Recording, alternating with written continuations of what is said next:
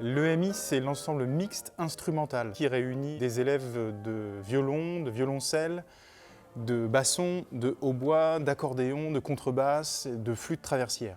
Les cours ont lieu le mercredi après-midi. Il y a un créneau d'1 heure pour les premiers cycles et un créneau d'1 heure aussi pour les seconds cycles. On va dire entre 15h30 et 17h30. Il s'agit d'une pratique collective qui est le point central de la philosophie de la pédagogie ici à l'école de Villeurbanne. C'est donc un cours en plus, mais à dire vrai, c'est le centre névralgique dans lequel les enfants pratiquent et mettent à profit les choses qu'ils apprennent en cours d'instrument et en formation musicale.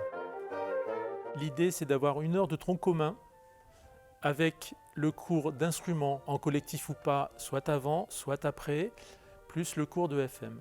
Et l'idée, c'est de donner une sorte de pack. Ce qu'il faut bien comprendre aussi, c'est que c'est un collège de professeurs. Les professeurs d'instruments encadrent la pratique collective. Donc les enfants sont amenés à pratiquer des ateliers différents, de vacances à vacances, sur des thématiques très différentes. On aborde la création, l'improvisation, la lecture de partitions, etc. avec des professeurs qui sont à chaque fois différents. Donc c'est intéressant pour l'enfant aussi parce qu'il croise plusieurs personnes, il voit plusieurs points de vue. Et puis de notre côté, c'est intéressant aussi parce que ça permet d'avoir une vision un peu globale de tous les élèves et de mieux connaître chacun. Le MI1, c'est les premiers cycles. Alors il faut savoir que l'enseignement musical en France fonctionne par cycle. Un cycle dure environ 4 ans, c'est entre 3 et 5 ans. Donc quand on parle d'EMI1, c'est EMI premier cycle, et EMI2, c'est EMI deuxième cycle. Pour savoir si votre enfant est en EMI, il faut demander au prof d'instrument. C'est lui qui est le référent et qui pourra vous aiguiller sur la pratique collective auquel votre enfant est convié. C'est vraiment important de permettre aux élèves, dès les débuts, de jouer en groupe.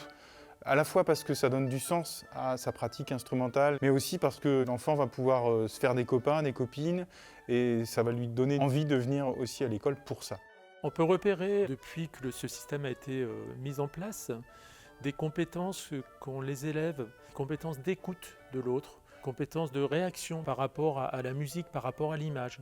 Parce que nous avons des projets autour de l'improvisation, autour de la création et parfois aussi de mise en musique d'une vidéo. Alors, action. Donc la question c'est...